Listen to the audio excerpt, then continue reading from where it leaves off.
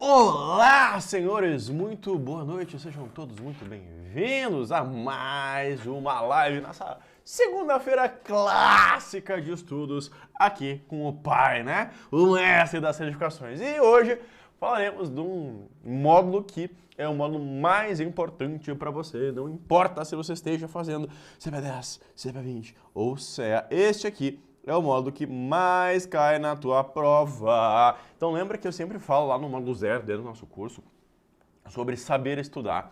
E saber estudar passa por saber qual é o conteúdo que mais cai na tua prova. Se você está fazendo qualquer uma destas certificações, sim, esse aqui é o conteúdo que mais vai cair na tua prova. Então é importante você matar, por exemplo, bem Sistema Financeiro Nacional, porém esse aqui é o módulo mais abrangente, que tem mais questões, então estudar bastante, mandar muito bem nesse módulo aqui é super importante. Este aqui é o módulo que está mais difícil, porque já entrou em vigor a instrução CVM 175, que traz aí algumas atualizações importantes.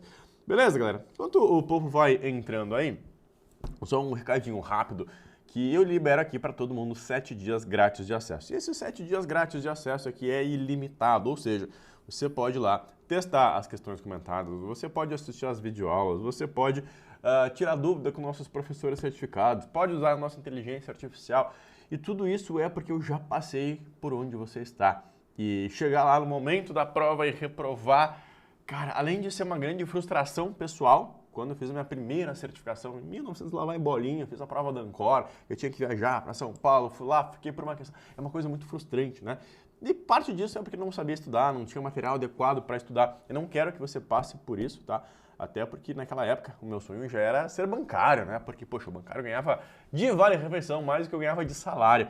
Então, é realmente frustrante você não passar na prova, seja porque você quer entrar no banco, seja porque você precisa de uma promoção, né? Então, estuda com curso adequado, é super importante. E eu tô te dando 7 dias grátis. Se você fizer mais essa nossa assinatura, são 37 dias para você ser aí aprovado de primeiro. Então, vem aí, faz o teste de 7 dias, tenho certeza que você vai curtir pra caramba. E de qualquer coisa, de qualquer forma, é grátis, dado, de graça, tá? E como a gente diz aqui no Sul, de graça até injeção na testa. Então, vai lá e faz o teste, que é super importante, tá?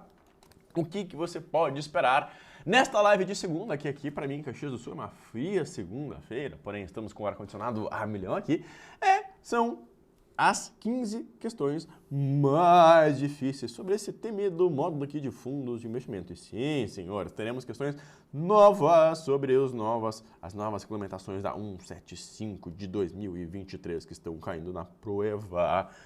Aqui é importante, né? Como a gente está falando de 15 questões do mesmo módulo, elas vão vir em ordem crescente de dificuldade. Então fica aqui até o final para você saber qual que é a questão mais difícil de fundos de investimento. Beleza?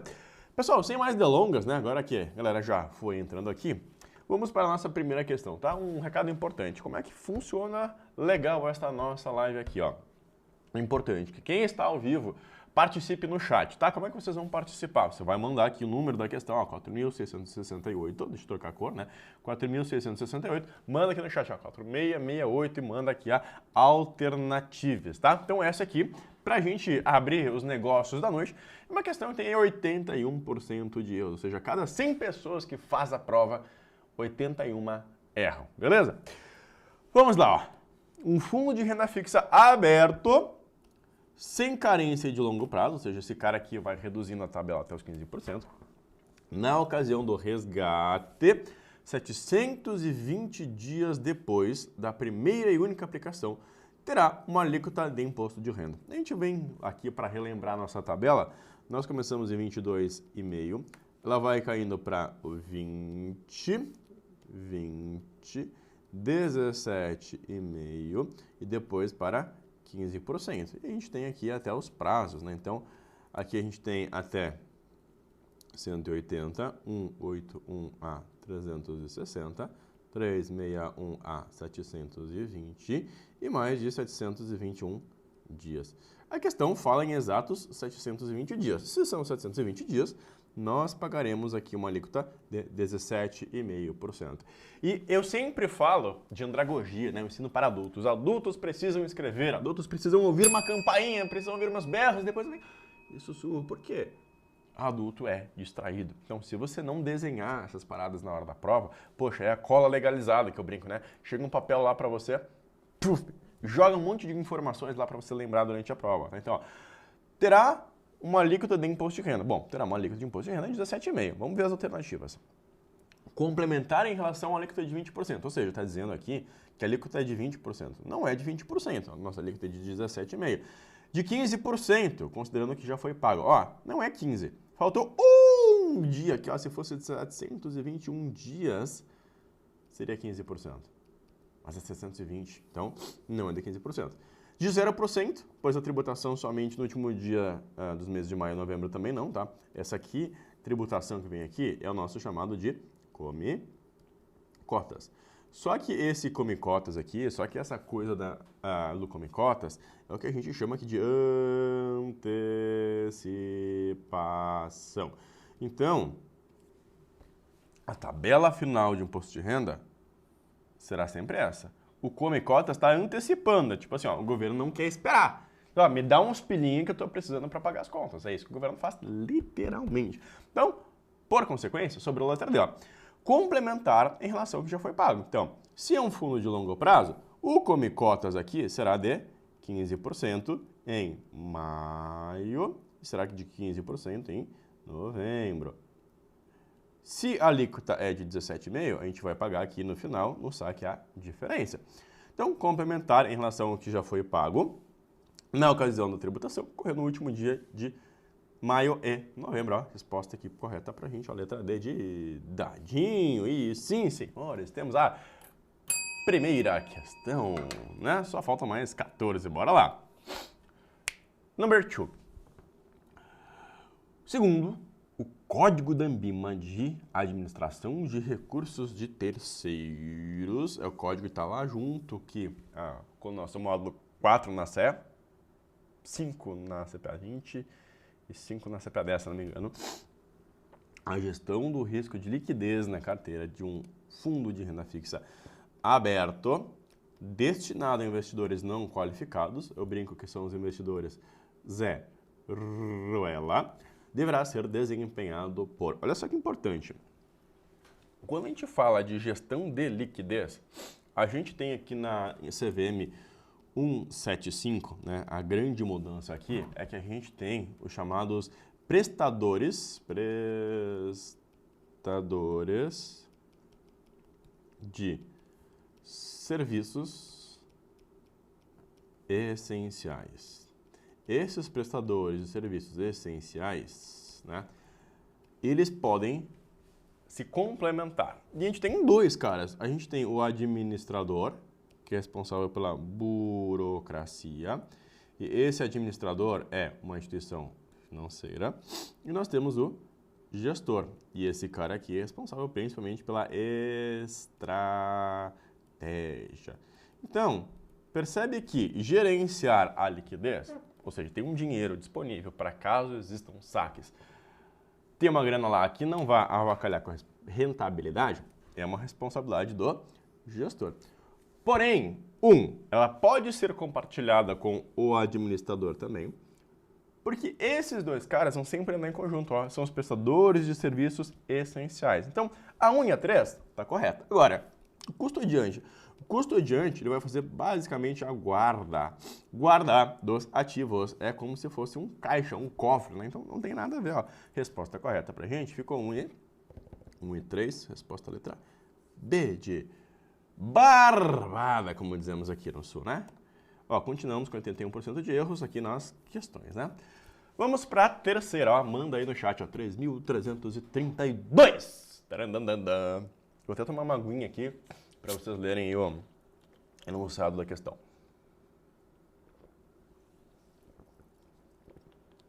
Sobre os requisitos para instituições que adotam a marcação a mercado, pode-se afirmar que, primeiro, que instituições que adotam a marcação a mercado agora são todas, né? Todas adotam. O que é a marcação a mercado? Tem um principal objetivo, ó. Escreve aí, ó. Evitar a transferência de riqueza entre os cotistas. Evitar a transferência de riqueza entre os cotistas.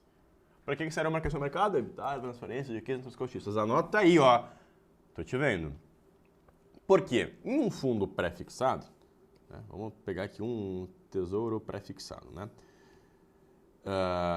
Ele vai ser sempre um desconto, né? Ele é sempre um desconto. Basicamente, a gente vai ter uma taxa. A gente sabe que o valor final dele aqui, ou o valor de face, né, é sempre de R$1.000. E a gente vai pegar uma taxa, que é o nosso I, se for de 10%. Então, a gente vai descontar aqui o N, que é o chamado de prazo, para descobrir qual que é o PU, que é o preço unitário, ou também o valor presente, ou present value, né? A gente pode chamar de várias formas a mesma coisa aqui, tá? Ou seja, é um desconto. Eu tenho R$1.000 no futuro. Se eu der um desconto de 10%, quanto é que vale esse cara? X, né? Só que aí entra o conceito da marcação ao mercado. Porque se essa taxa for para 12%, o preço desse cara aqui vai cair.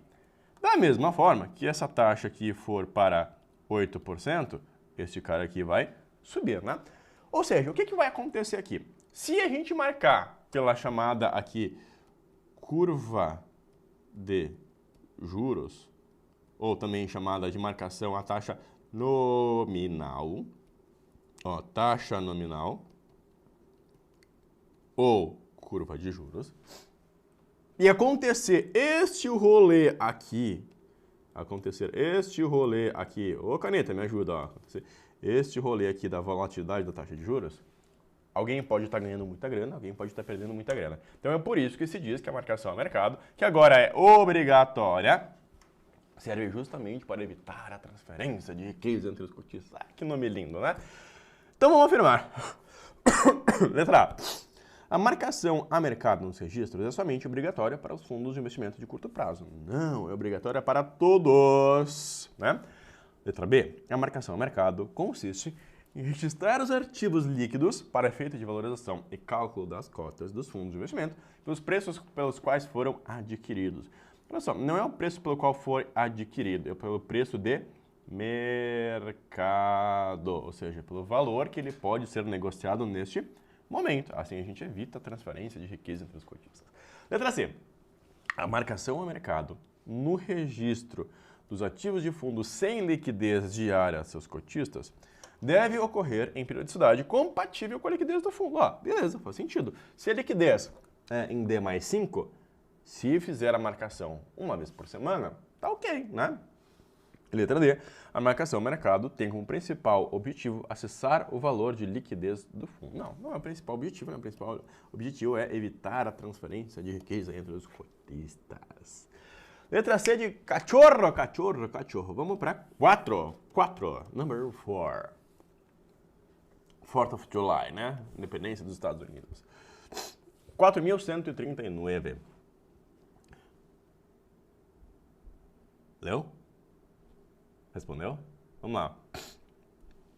O gestor de um fundo classificado como capital protegido pela Ambima, capital protegido, seja, aqui eu vou botar lá R$100 e eu posso ganhar dinheiro, né? Mas não pode perder, né? Lembra que os fundos de investimento não têm garantia do FGC. Mas se tem um capital protegido, quem está protegendo esse capital aqui é a instituição financeira, tá? Adquiriu títulos de renda fixa de crédito privado, respeitando a política de investimentos do fundo, mas, infelizmente, o emissor de tais ativos não conseguiu efetuar os pagamentos. Ou seja, o gestor foi lá e comprou ativos de lojas americanas. Deu ruinzinho, né? Prejudicando, assim, os detentores desses títulos. Esse default será arcado por... O que é default, né? Default é argentinar, ou seja, não pagar as contas, ou seja, calote. Vamos dar um calote. Tá? E aqui não é preconceito, tá? É um contexto histórico. E meu aluno já sabe da brincadeira da Argentina, né? E aí, quem que vai arcar essa responsa? Olha, quem vai arcar é a instituição financeira. Expliquei para você no começo. Quem que administra a instituição financeira aqui? O administrador do fundo, o gestor os dois ou os cotistas? Bom, os cotistas não são, esses daqui são os caras que são protegidos, né? O administrador e o gestor. Gente, o gestor é o cara responsável pela estratégia, né? Um gestor responsável pela estratégia, né? Então, vamos supor que eu passei lá no CGA, sou aluno aqui do Kleber, passei no CFG, passei no CGA e passei no CGE, eu abri a minha gestora. Mas eu, Kleber, tenho um patrimônio, vamos chamar de R$1 milhão, né? Eu estou gerindo um fundo de 1 bi. E deu caquinha, né? Eu perdi 10 milhões lá porque tinha títulos de lojas americanas. E esses títulos de lojas americanas, as lojas americanas me deram um calote. E agora? O Kleber vai conseguir pagar? Não. Quem vai arcar com isso aqui é a instituição financeira. Por isso que, via de regra, fundos com capital protegido são geridos e administrados pela própria instituição financeira, tá? Porque o gestor, cara, não sei se ele vai ter culhões para pagar isso aqui, né? Então, o responsável por isso é o administrador do fundo, né? Lembra que ele é a instituição financeira que vai dar embasamento, segurança. Você vai comprar um fundo de capital protegido do banco, sei lá, o Xingling? Não. Do Unisquina, do Banco Esquina? Não, você vai comprar um fundo de um grande banco, justamente por ter esta transparência, equitatividade, né? Segurança, assim, vamos dizer, né? Questão 22.165, essa questão aqui é mais novinha, tá? Vem comigo. Em junho de 2023, um investidor adquiriu cotas da classe de um fundo de investimento de renda fixa de curto prazo, né? Lembra que a alíquota mínima desse cara aqui é a mínima de 20%. E esse cara aqui, ó, come cotas. No valor de R$100 mil. E até novembro, então ele comprou em junho, em novembro e até final de novembro a classe do fundo teve um rendimento de 10%, tá? 10%. Caso o investidor não resgate suas cotas, o valor líquido no primeiro dia útil de dezembro será de aproximadamente, ou seja, o cara vai continuar com o fundo. Ele está basicamente aqui em novembro, ele teve uma rentabilidade de 10%, e o que vai acontecer em novembro com ele? Vai pagar o come cotas. A grande pergunta é, fundo de investimento de curto prazo tem come cotas, e qual é a alíquota dele? É de 20%, tá?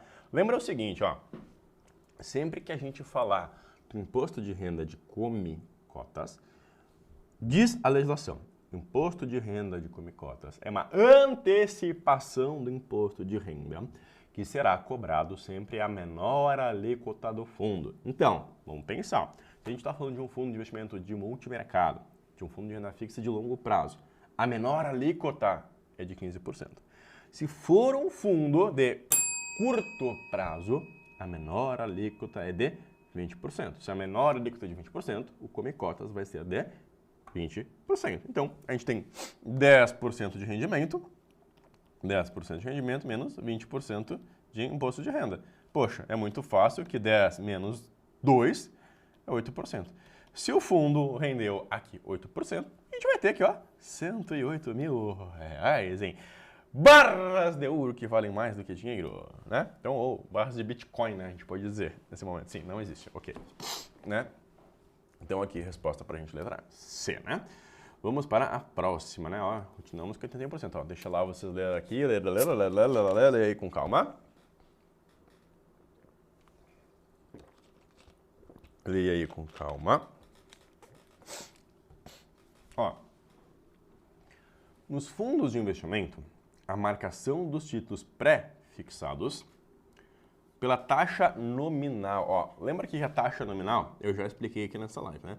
A taxa nominal é basicamente o que a gente chama aqui no mercado financeiro de curva de juros. Ou seja, o que acontece se a gente marcar esse cara aqui pela curva de juros?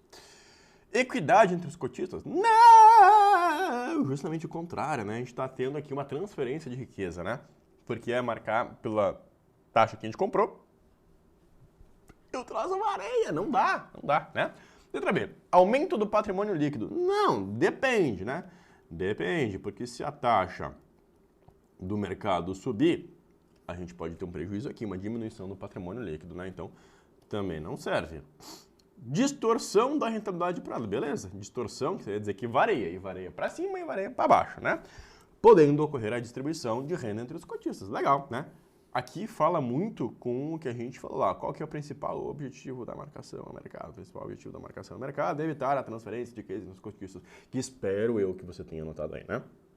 Diferença diária no patrimônio líquido, ajustada mensalmente no balanço, não tem nada a ver com o balanço, tá? Porque aqui a gente está falando da rentabilidade para o nosso querido e amado cotista. Então, mais uma letra C de cachorro. Essa aqui foi rapidinha, porque eu já tinha explicado aí junto com alguma outra, né?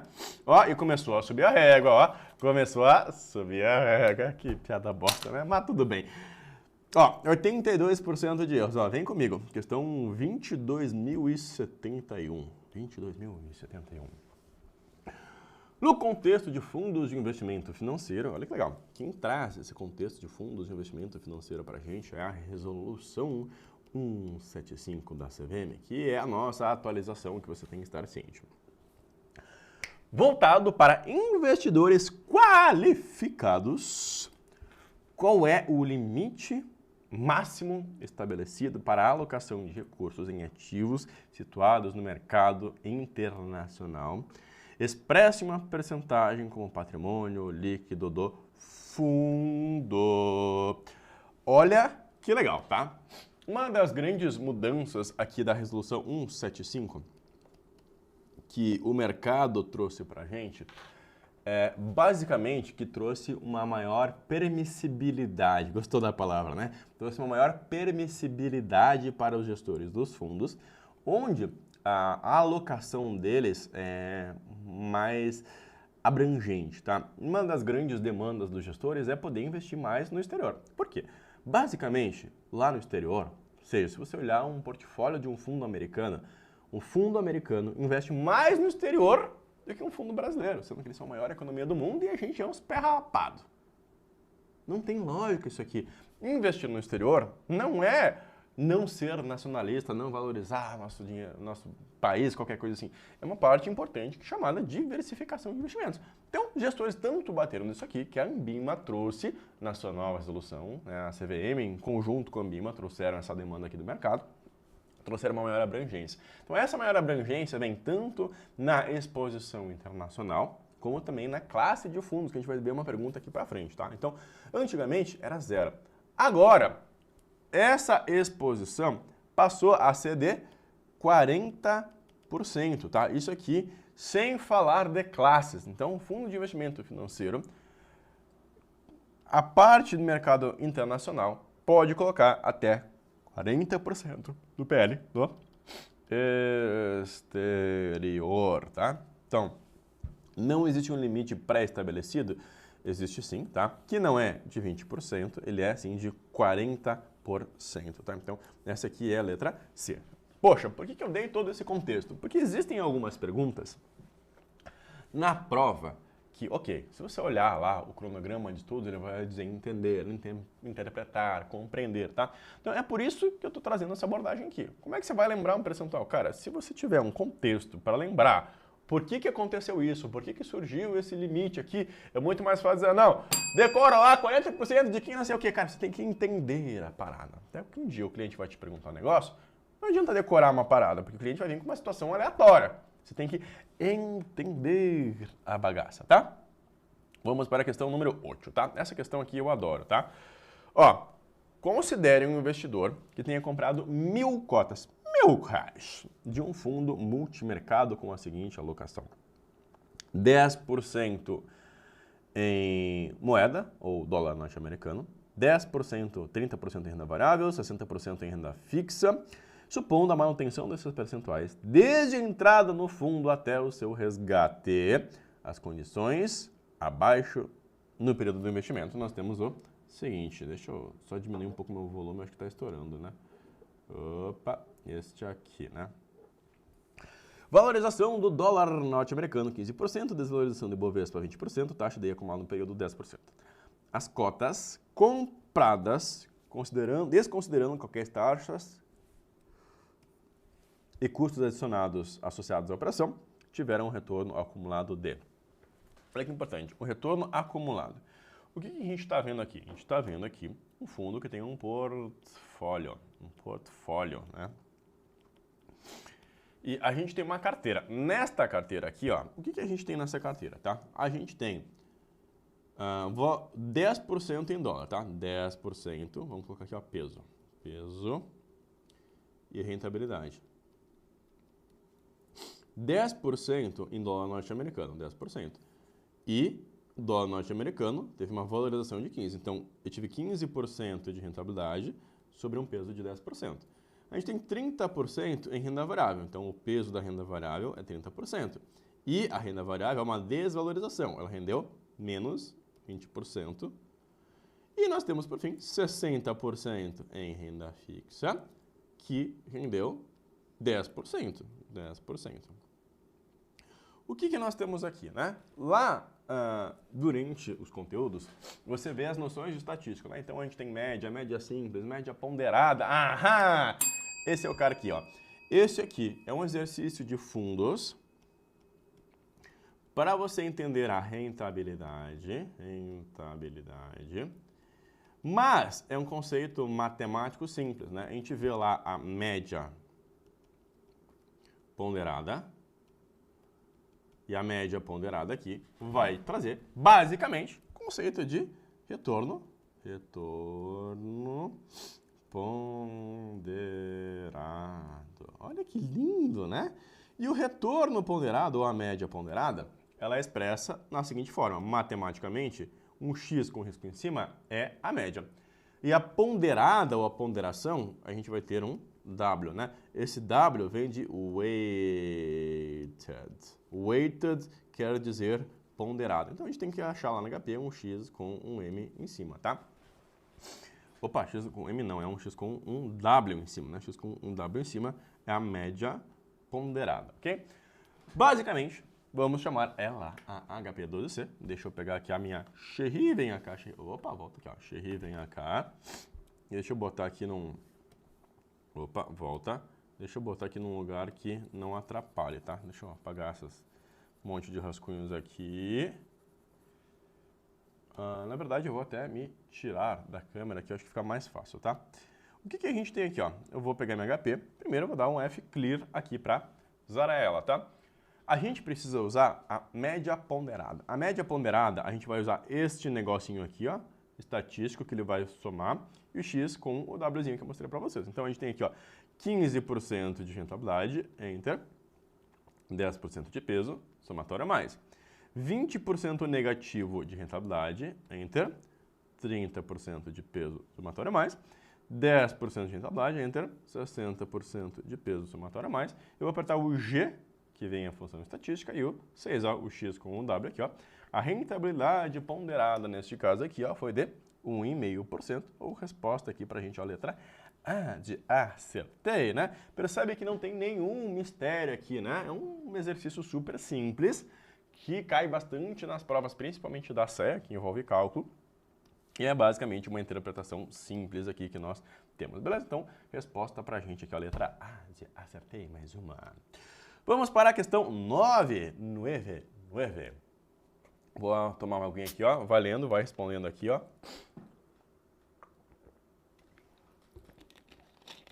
E aqui, ó, a reguinha já subiu de novo, ó, 84% de erros. E aí, eu acho que eu não falei ainda nessa live, tá?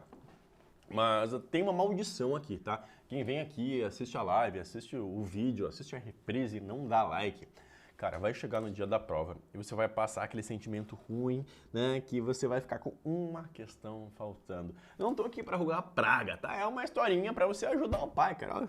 Vai aqui, ó. Senta o dedinho no like, no celular, no tablet, na TV tem como também, que eu sei, essas coisas na TV, no YouTube, no computador, cara, porque o like não vai te cair um dedo, mas vai ajudar aqui bastante para que eu continue fazendo essas lives toda santa segunda-feira, que eu faça sol, faça chuva, verão e inverno, para te trazer um conteúdo rico aqui, que todo mundo fica vendendo, fazendo sorteio, essas fusquinhas aí, e eu tô aqui para te ensinar de verdade e ajudar quem precisa. Então ajuda o pai aqui também, por favor, né, pra gente continuar distribuindo conteúdo, beleza? Vamos para a questão 9, ó. 22.100.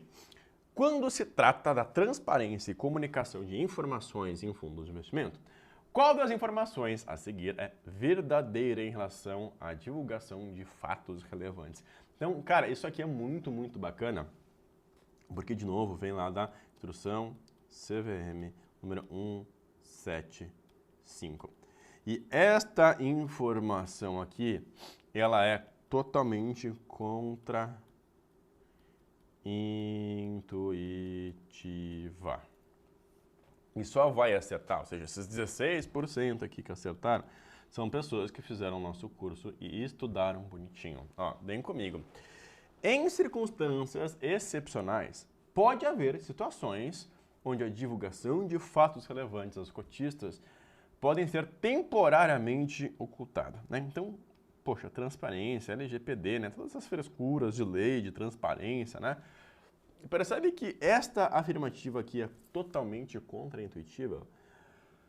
Pois é, mas esta é a afirmativa verdadeira. Por quê? Em alguns cenários específicos pode haver situações onde, se houver pânico, ou se houver uma informação relevante, ou se houver qualquer coisa que talvez essa informação relevante vá prejudicar a rentabilidade, se for prejudicar a rentabilidade do fundo, o gestor, o administrador podem ocultar temporariamente essa informação aqui para não prejudicar a rentabilidade do fundo.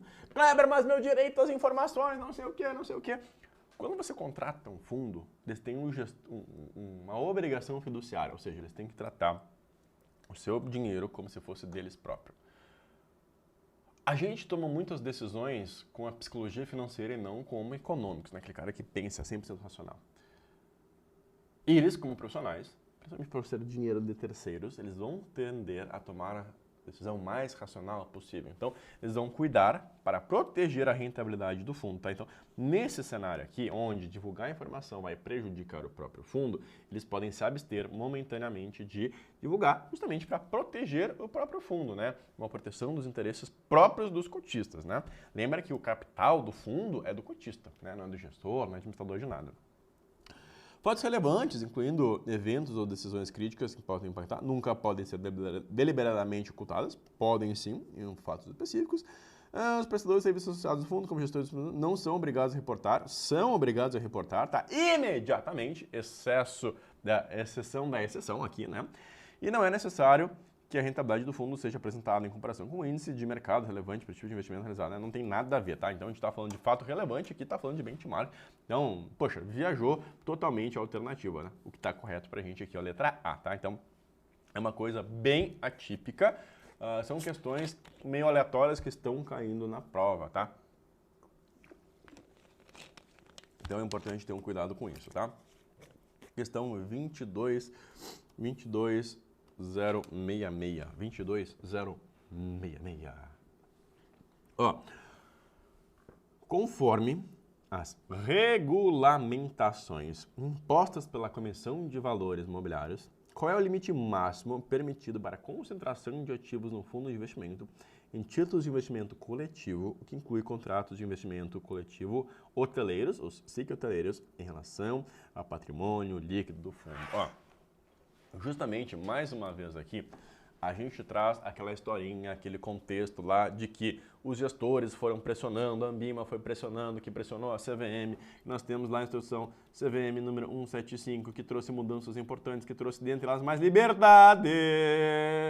Liberdade para dentro da cabeça, né? Trouxe mais liberdade para os gestores dos fundos, inclusive em relação à alocação. Em relação ao controle de risco de concentração por emissor, continua parecido. Em relação à alocação por classes ficou mais abrangente, ou seja, trouxe mais liberdade em relação às classes, em relação ao emissor continua igual, tá? Então a gente tem um novo limite onde ele é evolutivo. Então coisas com muito risco, por exemplo, SIC hoteleiros, ativos sem registro na CVM, né? Nós podemos ter uma alocação aqui de até 10%, tá? Outras coisas mais arriscadas, por exemplo, um FIP, né, um fundo de investimento em participações, né, a gente pode ter aqui uma alocação de até 15%. Em coisas mais arriscadas, por exemplo, em fundos de investimento imobiliário, nós podemos ter uma alocação de 20%. Títulos públicos federais, CDBs, essas coisas aqui, pode ter uma alocação de até 100% do patrimônio líquido do fundo, né? Então, esta alocação aqui é muito importante, porque trouxe de novo a mais liberdade para os gestores, né? Então, acabou respondendo aqui, ó, que o limite é de 10%. Além disso, uma coisa bem legal que o fundo trouxe, né, que essa instrução 175 trouxe aqui, é que para fundos chamados de fundos restritos, são aqueles fundos que podem ser acessados por investidores qualificados e investidores profissionais. Esse limite aqui, ó, o limite é, deixa eu ver se não estou escrevendo em cima de mim, ele é dobrado, ou seja, para um fundo de investidores restritos, aqui pode ser 20, aqui pode ser 30, aqui pode ser 40, aqui pode ser 200%. 200% é bom, mas você entendeu, né?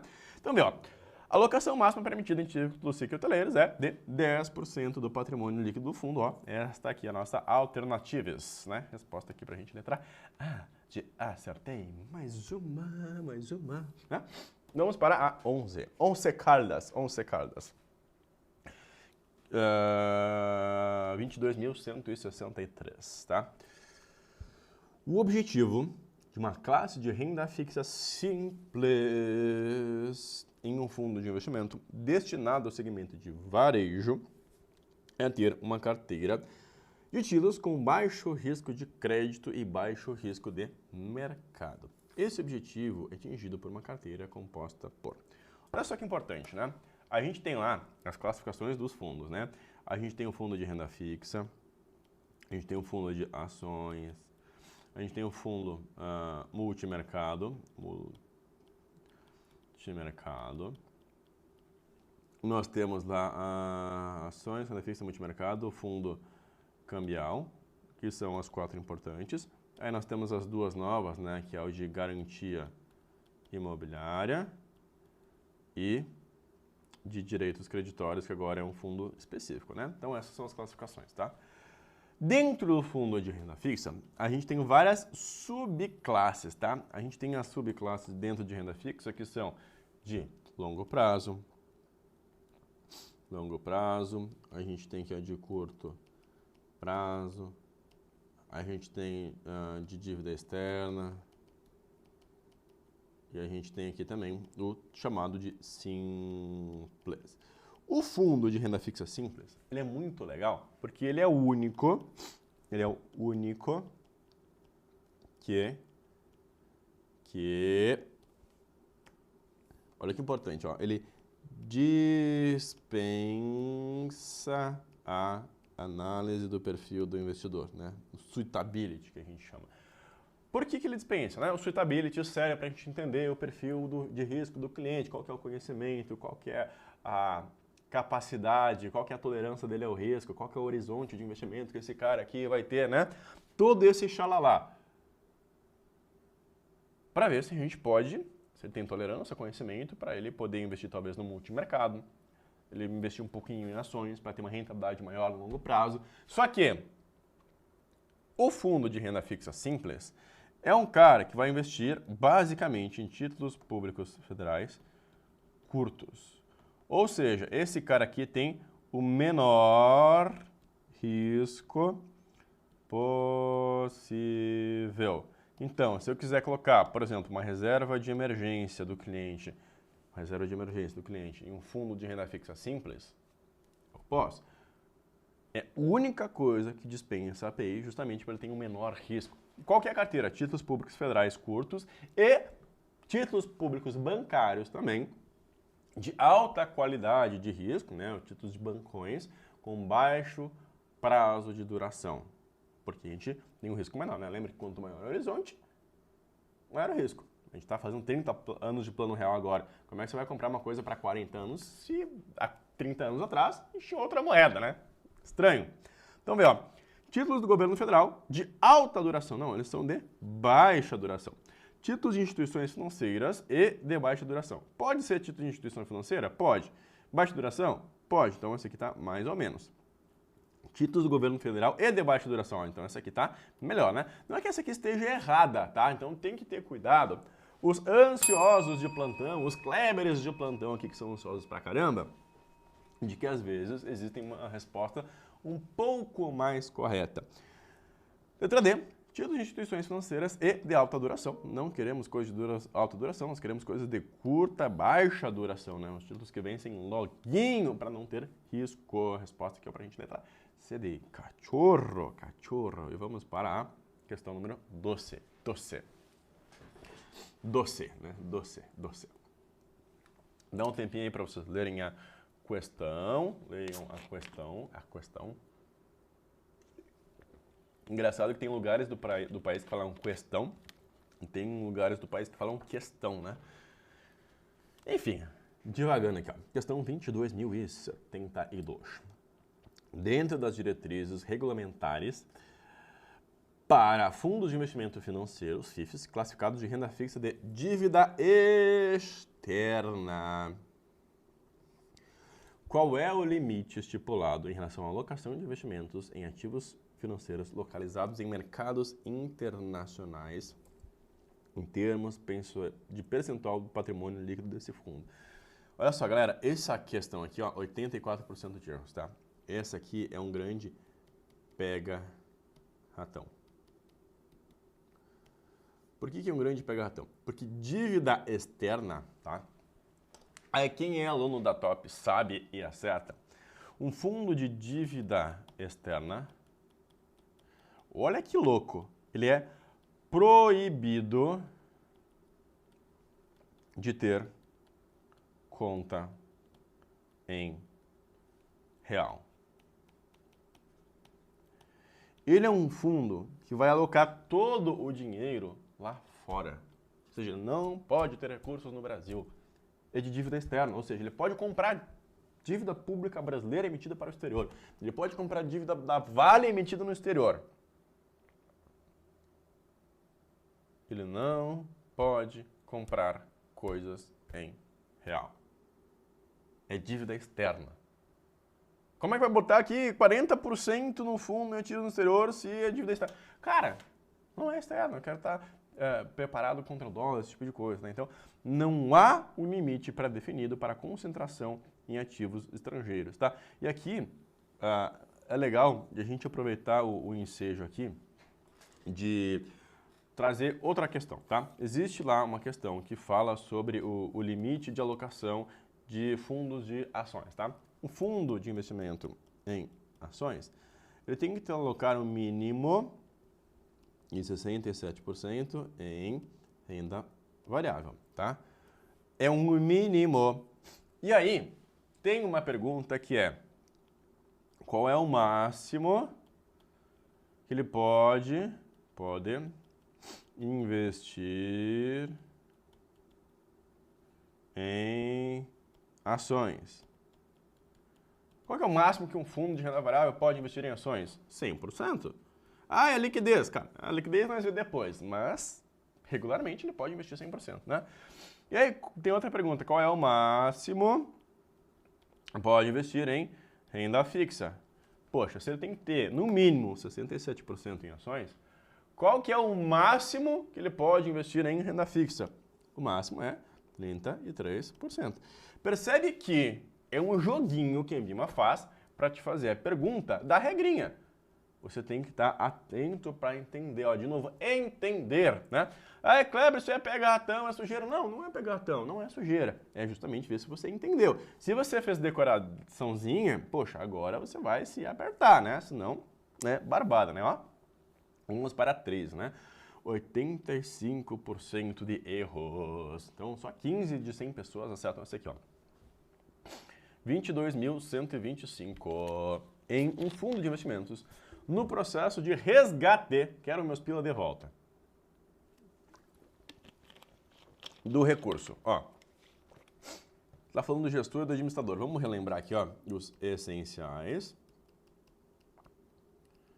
a gente tem o administrador, que é responsável pela burocracia. Nós temos o gestor, que é responsável aqui pela estratégia de investimentos. Estratégia, né? Estratégia. O gestor é responsável pelo cálculo e o provisionamento do imposto de renda que será cobrado. Ó, poxa, imposto de renda. Calcular IR não te parece uma coisa burocrática? Sim, né? Então, não é o gestor. Aqui é o administrador, né? Letra B. O administrador é o principal responsável por garantir a liquidez do valor resgatado pelo cotista. Ó, garantir a liquidez é uma coisa de estratégia. Em último dos casos, o administrador vai dar um jeito. Mas, poxa, é o gestor, cuida da estratégia, que é o responsável por deixar um percentual em caixa de acordo com movimentação normal de saques, aportes, blá, blá, blá, blá, blá, blá, para que não prejudique a rentabilidade do fundo. Uma coisa de estratégia, né? Então, aqui é o gestor. Então, não é, né? O cotista será o pagador do imposto de renda oferido, né? O dinheiro é dele, em caso de ganho de capital, sendo descontado direto na fonte. Beleza, porque aqui vai caber ao administrador calcular e pagar o imposto de renda. Com que dinheiro ele vai pagar? Com o dinheiro do cotista, mas ele que paga, então fica retido na fonte. Então, letra C está ok pra gente. E em caso de fundos de ações, na hipótese de ganho de capital, o custodiante deverá gerar DARFs para o cotista pagar.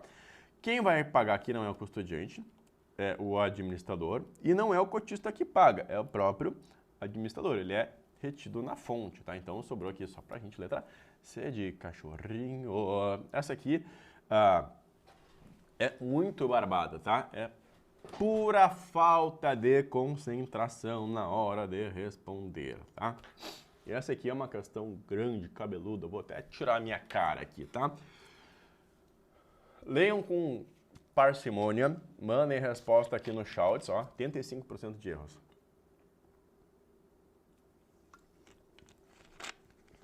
Considerando as regulamentações do mercado financeiro, quais são as categorias específicas de investidores que estão autorizados a participar da classe de investimentos denominada restrita? Já expliquei isso, né? Essa classe inclui diversas limitações e critérios, tais como a classificação do investidor, a experiência prévia com investimentos antes da implementação de certas regras regulatórias e condições especiais relacionadas ao vínculo profissional com entidades que prestam serviços essenciais no setor financeiro. Então, gente, mais uma vez, é uma questão da instrução CVM 175, que traz aqui algumas novidades, né? Então, a gente tinha um tipo de fundo, agora ele passou a se chamar restrito, que vai para investidores qualificados, investidores profissionais e temos algumas exceções. Então, repara que essa questão aqui vem para tratar justamente das exceções. Ó, letra A. Exclusivamente investidores qualificados e profissionais devido ao nível de conhecimento e experiência necessários para compreender os riscos associados a essa classe de investimentos. Ó, isso aqui está correto. Essa aqui a gente pode dizer que é a essência desse tipo de fundo. Letra B. Investidores que já detinham posições de investimentos antes das mudanças regulatórias, permitindo-lhes continuar a investir nessa classe, mesmo que não atendam os critérios atuais de classificação. Beleza, isso aqui também está correto, né? Imagina você era um cotista de um fundo e esse fundo agora passou a ter novas regras. O que essa instrução está dizendo? Que você não precisa necessariamente ser exposto. Você já era investidor, era aquela mesma lógica do direito adquirido. Você já tinha adquirido o direito de investir naquele fundo, então você pode continuar. Letra C. Funcionários ou sócios de entidades que prestam serviços essenciais ao setor financeiro, administradores e gestores, desde que haja autorização expressa do diretor responsável pela gestão desses investimentos. Ou seja, se você é sócio de uma administradora ou gestora, você pode mandar uma mensagem para o gestor e o gestor tem que expressamente te autorizar. É fácil disso acontecer? Não, não é. Você ser acionista do Banco do Brasil, dizer que você é sócio de uma instituição financeira que é a administradora, mandar uma carta, uma mensagem para o gestor que ele vai te autorizar. Não é assim que funciona. Mas é uma exceção prevista aqui, ó. Então a gente tem a letra A, letra B e letra C que estão corretas. Vamos ver a letra D, ó. Todas as categorias mencionadas acima são elegíveis para investir na classe restrita, refletindo um espectro diversificado de investidores que podem atender aos critérios estabelecidos. Então essa aqui é a nossa resposta correta. E por mais que seja contraintuitivo aqui a letra B e a letra C, elas estão sim corretas. São exceções que trazem justamente para a gente não boicotar os caras que já vinham fazendo alguma coisa antes do surgimento dessa regulamentação, antes dessa alteração regulamentar aqui. Beleza? E vamos para a última questão da noite. Eu vou me colocar aqui, mas não cabe, né? Deixa eu tirar aqui, tá? Então, vamos lá, questão número 22.089. Ó, poxa, é a última questãozinha da noite, ó. Faz o seguinte, ó, responde pelo menos essa, ó. É mais difícil, 88% dos erros, tá? Responde aqui, mesmo que seja errado, para mim entender aonde que vocês estão direcionando errado. Ó, tem mais de 200 pessoas ao vivo que manda a resposta no chat. Por favor, ó,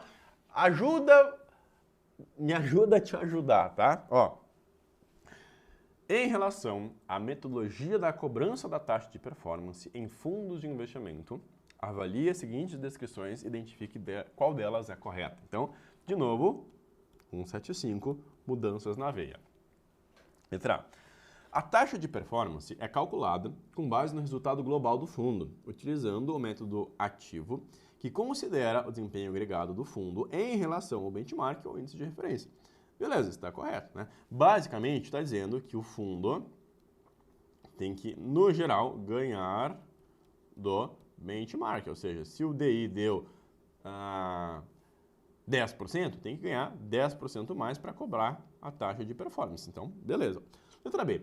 A taxa de performance é determinada com base no resultado de cada aplicação individual realizada pelos cotistas. Então, se eu fiz uma alocação em 2023, agora em 2024 eu faço uma nova alocação, significa que vai individualizar, adotando o método chamado de método passivo, que avalia o desempenho específico de cada investimento realizado. Beleza, né? Significa que pode ser cobrado taxa de performance pelo investimento realizado em 2023 e talvez possa acontecer de que o investimento realizado em 2024 não pague a taxa de performance. É possível sim, né? Por mais que os nomes sejam contraintuitivos, ó, repare que a coisa mais simples ela é chamada de ativo e a coisa mais complexa é chamada aqui de método passivo, mas está correto aqui também, né? Letra C. A taxa de performance é aplicada sobre o resultado do fundo com ajustes individuais, o método de ajuste sendo cobrada apenas nas aplicações realizadas após a data da última cobrança de taxa de performance. Então, tá correto aqui também, tá? Basicamente, nós temos aqui os 3 tipos diferentes de taxa de performance que podem ser cobrados. Então, é o método ativo, é o método passivo e também, por fim, o método de ajuste. São as 3 formas que podem ser cobradas. E repara o padrão dessas novas questões da prova da Ambima, de que nós temos 1, 2, 3 alternativas e a quarta, que é a correta para a gente, diz o seguinte, ó. Todas as descrições acima estão corretas, abrangendo diferentes métodos e cenários de aplicação da taxa de performance em fundos de investimento. Então, o que está acontecendo aqui? Basicamente, a Ambima está tentando te fazer, de forma implícita, entender quais são essas novas regras. Ou seja, ela está te botando todas aqui para ter certeza. Olha, não estou pegadinha, isso aqui pode, isso aqui pode, isso aqui pode. Para ter certeza que você está a par destas mudanças. Beleza? Galera, espero que vocês tenham curtido. Não deixe de dar o like, se inscrever no canal, ativar o sininho, né? E não deixem aqui de fazer um teste também da nossa assinatura, são 7 dias grátis. Gente, por que R$ 99,90 por mês? Né? Eu falei um pouco da minha história aqui no começo, eu fiz a prova da Ancora lá em 1990 e lá vai bolinha.